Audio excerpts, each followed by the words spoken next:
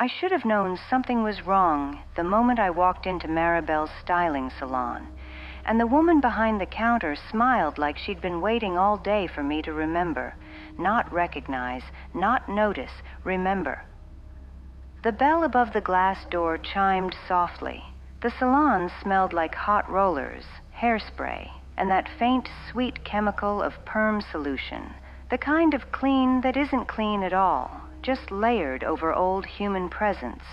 3 women sat under dryers along the left wall like they were being incubated, each with a glossy magazine on their lap.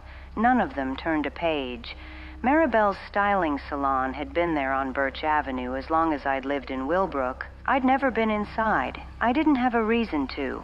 I cut my own hair in the bathroom mirror. It was fine. It was respectable. It was the kind of thing no one asked questions about, until last week. Last week, a pale pink reminder card appeared in my mailbox with my name typed neatly across the top. There was no return address.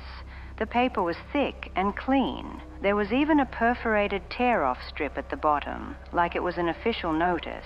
I threw it away. Then on Sunday, while I was trimming the hedges, my neighbor, Mrs. Mallory, leaned over her garden fence and said, almost conversationally, "Don't forget your rinse appointment. It'll feel so much better afterward." I hadn't told her. I hadn't told anyone. So Tuesday came, and against every sensible instinct, I found myself pulling open the glass door and stepping inside, as if my feet knew the route before my mind had signed off. The woman at the counter wore a navy dress with white piping and her hair pinned in an immaculate twist. She looked up from a clipboard. Her smile widened, not with warmth, but with relief. "Oh, good," she said. "You made it." I started to say something, then stopped.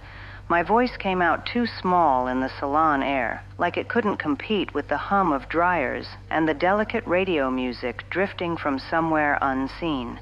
She tapped the clipboard with her pen. "We were beginning to worry you'd gotten confused again."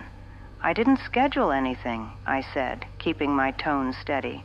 "I got a card, but that doesn't mean—" "It's fine," she said gently, as if I'd said something embarrassing, like I couldn't tie my shoes. "You're here now." She lifted the clipboard toward me and turned it slightly so I could see.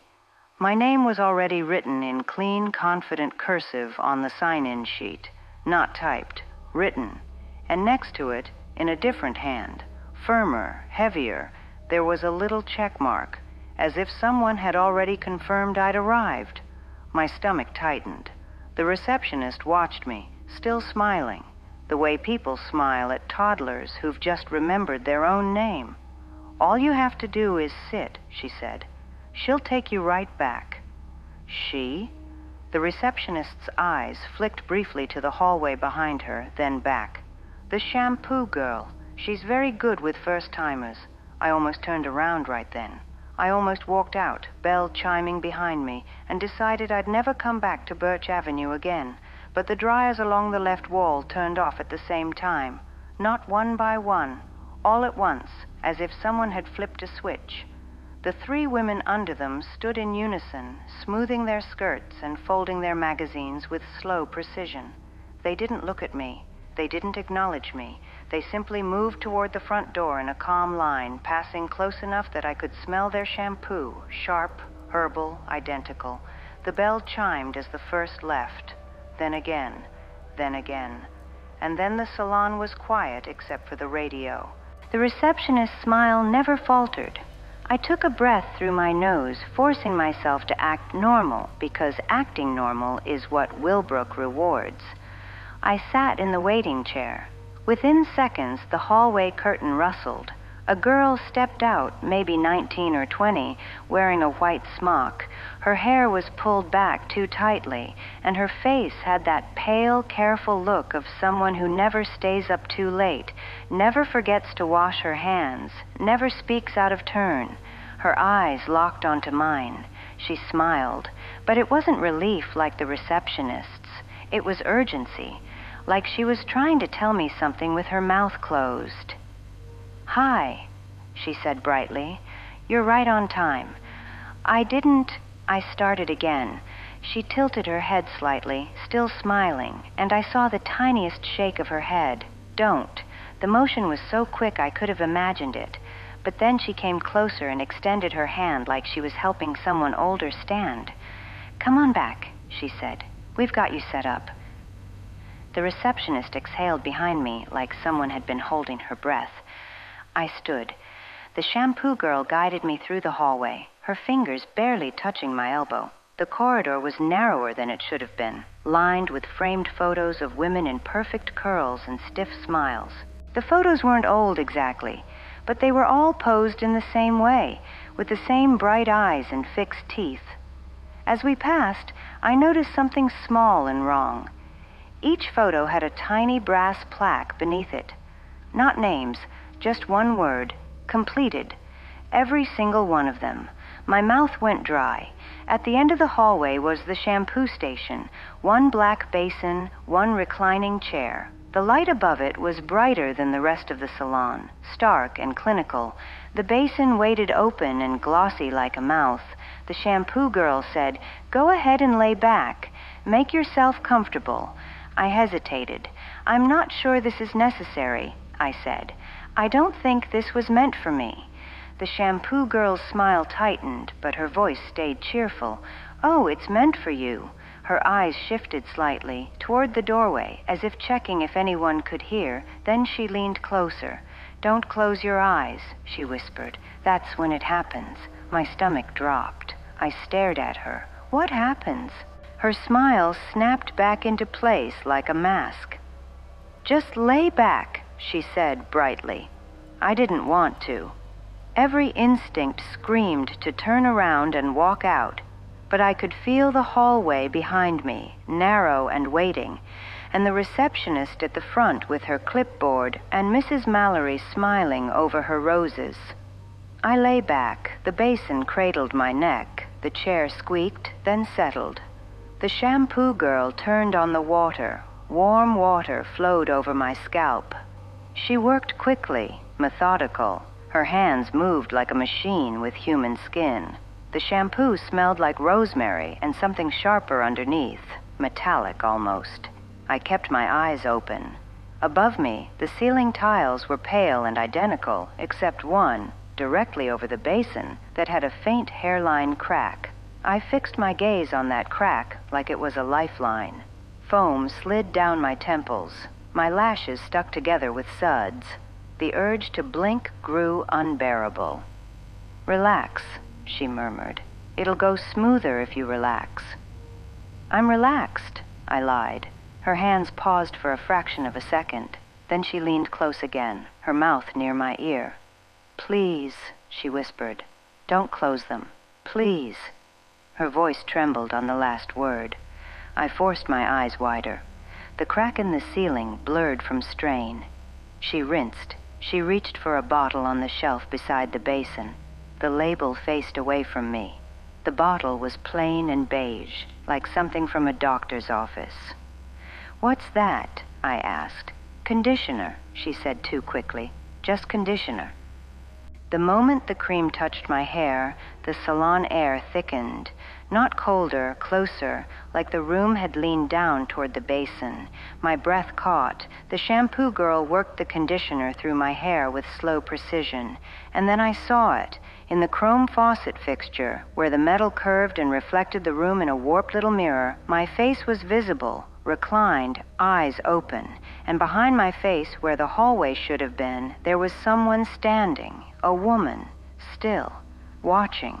Hands folded neatly at her waist, head tilted slightly like she was inspecting an arrangement. I couldn't see her clearly, only the outline, but my body knew what my mind wouldn't say. She hadn't been there a moment ago.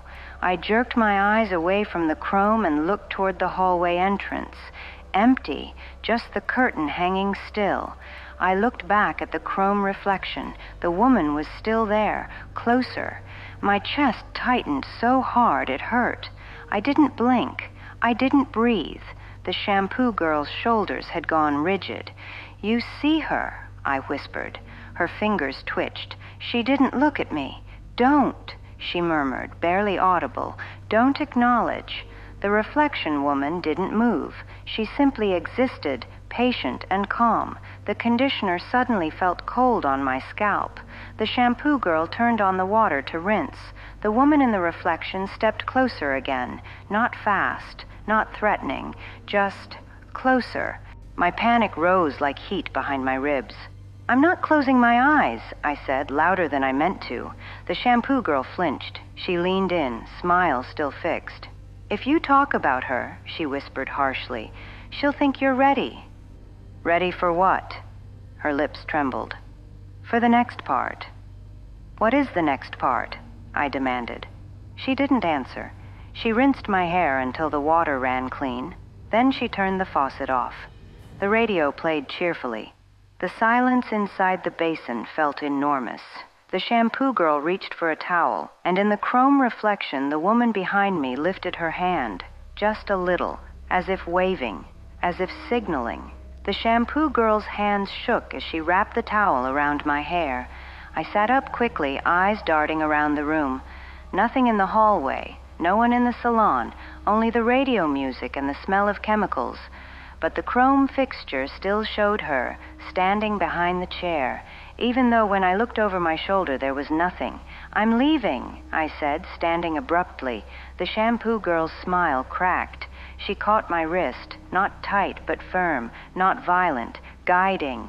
"No," she whispered, and her voice was soaked with terror. "Please don't." I yanked my arm away. "Move," her eyes pleaded. "You can't leave wet." "What?" I snapped. "You can't leave wet," she repeated quickly. "Not before completion." Completion. The word fell into my stomach like a stone. I remembered the plaques in the hallway. Completed. I stumbled past her, down the hallway toward the front. My shoes squeaked on the polished floor. Behind me she followed, but she didn't run. She just moved fast enough to stay close. "Ma'am," she called softly, like using my title might calm me. "Ma'am, you're still scheduled."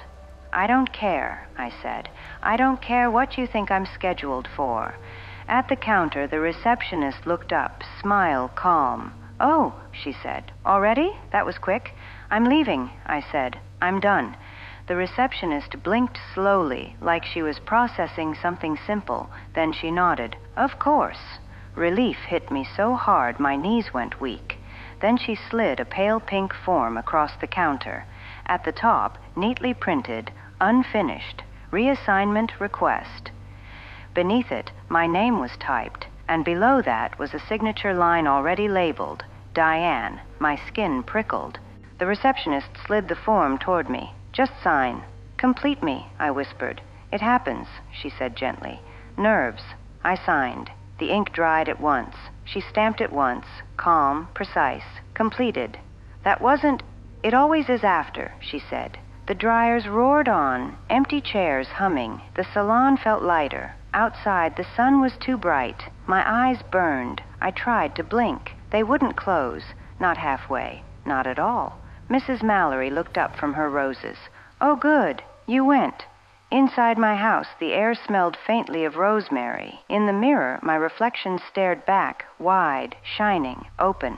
"Close," I whispered. Nothing. A polite knock tapped the door. "You left so finished," Mrs. Mallory called sweetly, then relieved. "Good, you're open." A pink card slid through the mail slot. "Compliance visit, completion, confirmed eyes, open stamped at the bottom. Diane." I did not blink because I could not.